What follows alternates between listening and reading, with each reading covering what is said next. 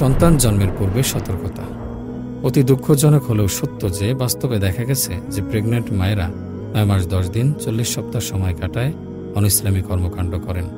সন্তান আল্লাহর দিয়েছেন আমাদেরকে নিয়ামত স্বরূপ, এজন্য আমাদের সবসময় মহান আল্লাহর প্রতি কৃতজ্ঞতা প্রকাশ করার কথা, কিন্তু আমরা করি তার উল্টোটা।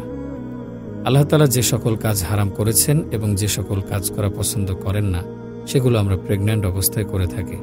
তখন অবসর সময় কাটানোর জন্য দেখা গেছে অনেক মায়েরাই রিমোট হাতের টিভির সামনে বসে সময় কাটায়, অশ্লীল নাচ, গান, সিরিয়াল, নাটক, হিন্দি সিনেমা ইত্যাদি উপভোগ করে থাকেন। আমরা যদি একটু গভীরভাবে চিন্তা করে দেখি যে পেটে যে সন্তান আছে সে সবই শুনতে পায় এবং মায়ের কাজকর্ম বুঝতে পারে।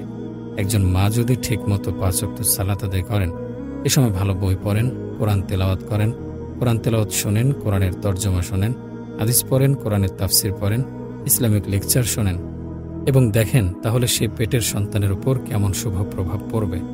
আর তার ঠিক উল্টোটা যদি কোনো মা করেন, ইসলাম যার অনুমোদন দেয় না তা করেন, আল্লাহ যা হারাম করেছেন তা করেন, নবী মুহাম্মদ সাল্লাল্লাহু আলাইহি সাল্লাম যা পছন্দ করেন বা করতে নিষেধ করেছেন তাই গর্ভবতী মা করেন, তাহলে তার পেটের সন্তানের উপর কী ধরনের প্রভাব পড়বে।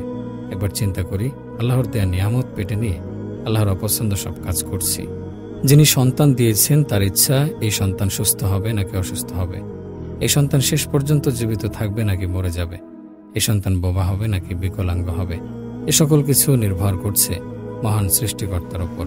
তিনি চাইলে কাউকে সন্তান দেন, আবার কাউকে সন্তান দেন না, আবার কাউকে ছেলে দেন, আবার কাউকে মেয়ে দেন।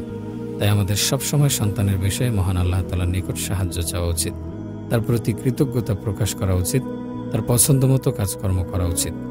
যদি নিজেকে কন্ট্রোল করা না যায়, তাহলে বাসা থেকে টিভির ডিশ অথবা কেবলের কানেকশন কেটে দেওয়া উচিত। তাহলে মন চাইলেও অন্তত পক্ষে অশ্লীল নাচ, গান, সিরিয়াল, নাটক, হিন্দি সিনেমা ইত্যাদি হারাম কাজ থেকে দূরে থাকা যাবে।